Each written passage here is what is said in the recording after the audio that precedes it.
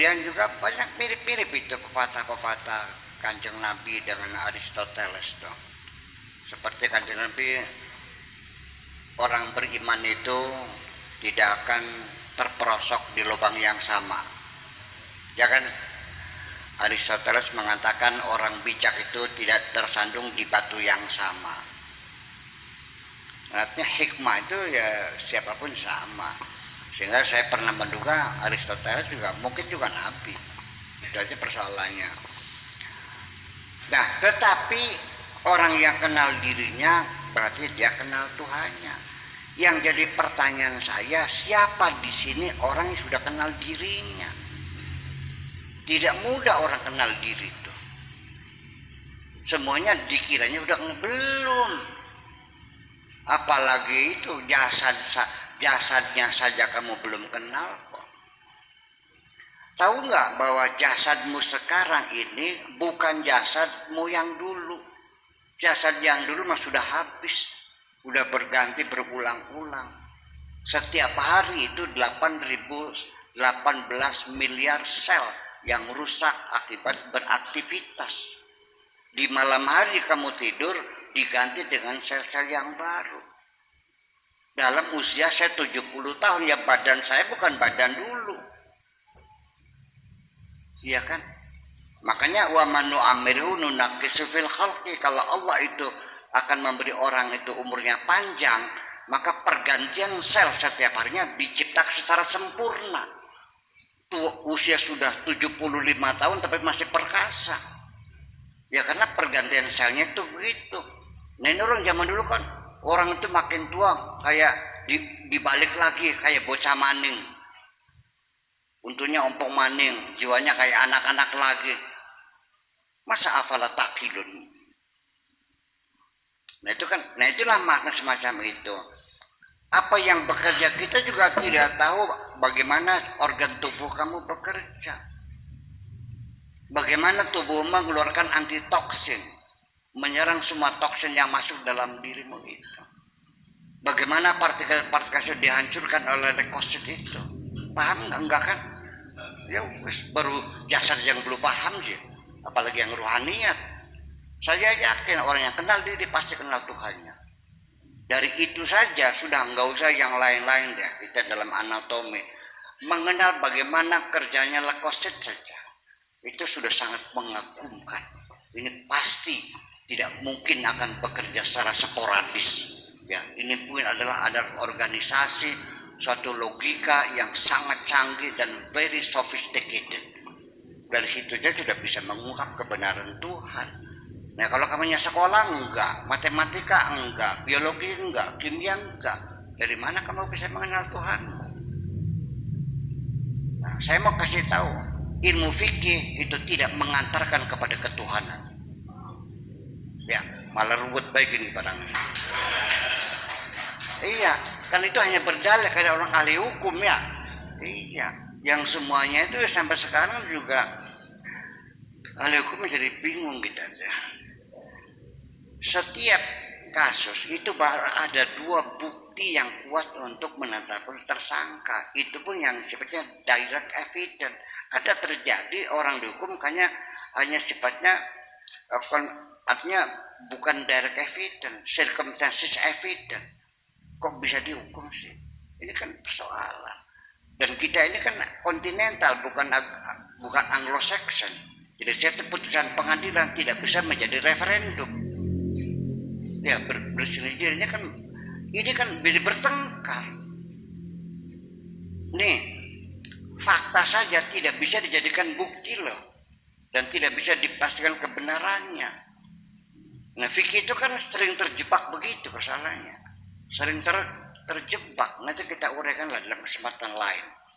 Jadi ya ujung-ujungnya ya urusan ngotak-ngatik, urusan mubtada khobar fi'il fa'il itu urusan nantinya. Buktinya apa? Buktinya mereka berbeda pendapat, padahal kalimatnya sama. Aula mastumun nisa, batal enggak salatnya? Butuhnya batal enggak? Lagi-lagi Imam Syafi'i bilangnya batal, Imam Maliki bilangnya tidak, Imam Hambali bilangnya kalau ada syahwatnya batal, kalau tidak ada syahwatnya tidak batal. Yang benar mana? Nah itu kan berarti kan melihat berbeda. Nah kalau orang sudah kenal Tuhan, dia kan bisa tajam Allah. Jadi nanti dalam beragama pun kalau begini, satu kalimat itu menjelaskan apa makna kata. Kalau kata terpisah tidak ada maknanya. Duduk maknanya apa? Enggak ada. Baru ada maknanya kalau kalimatnya sempurna. Hasan duduk di kursi. Betul? Maknanya bokongnya Hasan nempel di kursi.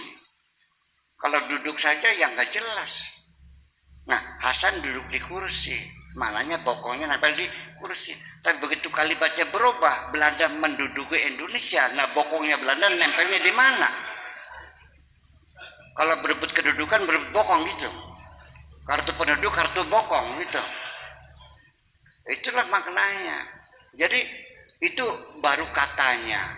Maksudnya apa? Belum tentu kita mengerti apa yang dimaksudkan oleh sang pembicara. Ini Al-Quran yang ngomong siapa? Allah. Jadi kalau pengen tahu mananya, sama siapa nanyanya? Sama Allah. Mereka nggak bisa nanya Allah, nanya makan jeng Nabi. Mereka sendiri menanya hanya beberapa kata saja. Sampai sekarang nggak ada namanya tafsir Nabi, itu nggak ada. Nabi tidak menafsirkan Al-Quran, hanya menyampaikan apa adanya. Nah situlah makanya berbeda pendapat.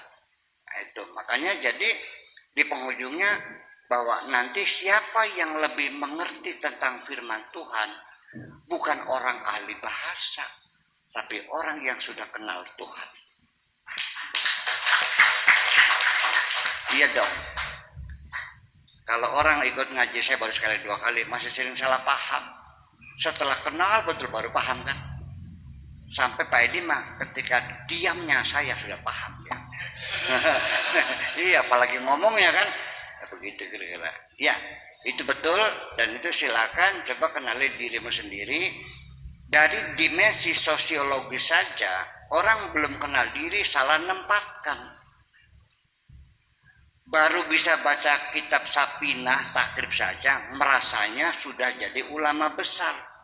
Kondangan dodoknya di depan di mebel, kan enak.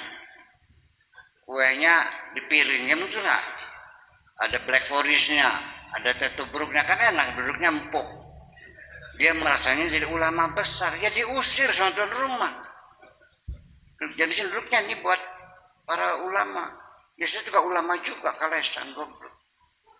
Jadi dia salah tempat. Dikiranya dia sudah jadi ulama besar. Betul enggak? Ada orang menjelek-jelekan Gus Dur, jelekan Gus Majid. Dia pernah mondok baru 2 tahun. Saya bilang, duduk level sirah kun mah, bukan level kamu. Aku bilang, ya saya juga kiai dong. Oh konon. Orang kenal diri enggak? Dari perbuatan saja, ucapannya, perbuatannya, tingkah lakunya, saya bisa menebak orang itu tahu diri atau tidak. Ternyata banyak orang yang tidak tahu diri. Apalagi tahu Allah, dia yang nggak tahu kok. Betul nggak? Itu pun orang yang tahu diri belum tentu tahu Allah. Tetapi orang tahu Allah ya harus tahu diri dulu, gitu aja. Orang tahu diri tidak mesti harus tahu Allah, tapi orang tahu Allah harus melalui tahu diri, gitu aja. Orang yang ambil program dokter harus S2 dulu dong. Betul nggak? Jadi ada orang yang semacam itu. Jadi kalau pengen belajar benar nih, salah satunya ya tahu diri, itu aja. Tahu diri ini salah satunya adalah tidak pernah merasa benar. Kalau orang rasa benar, namanya orang itu tidak tahu diri. Saya nanya, ibu-ibu pengen bener nggak, Bu? Pengen bener nggak? Kalau pengen bener, jangan pernah ngerasa bener. Orang ngerasa bener itu nggak tahu diri artinya. Orang yang ngerasa benar itu artinya orang itu sudah tidak benar. Orang yang benar itu tidak pernah ngerasa benar, ngerasanya salah melulu. Kalau orang rasanya paling benar sendiri, itulah satuan yang paling tidak benar sendiri. Kenapa orang rasa paling benar sendiri itu orang yang paling tidak benar sendiri? Karena dia berpotensi bertengkar dengan siapapun ketika berbeda pendapat. Ujung-ujungnya menyalahkan orang lain, sehari bertengkar terus. Ujungnya dia merasa mendapat mandat dari Tuhan, bisa memaksa orang lain dengan bawa pentungan sambil takbir, Allahu Akbar.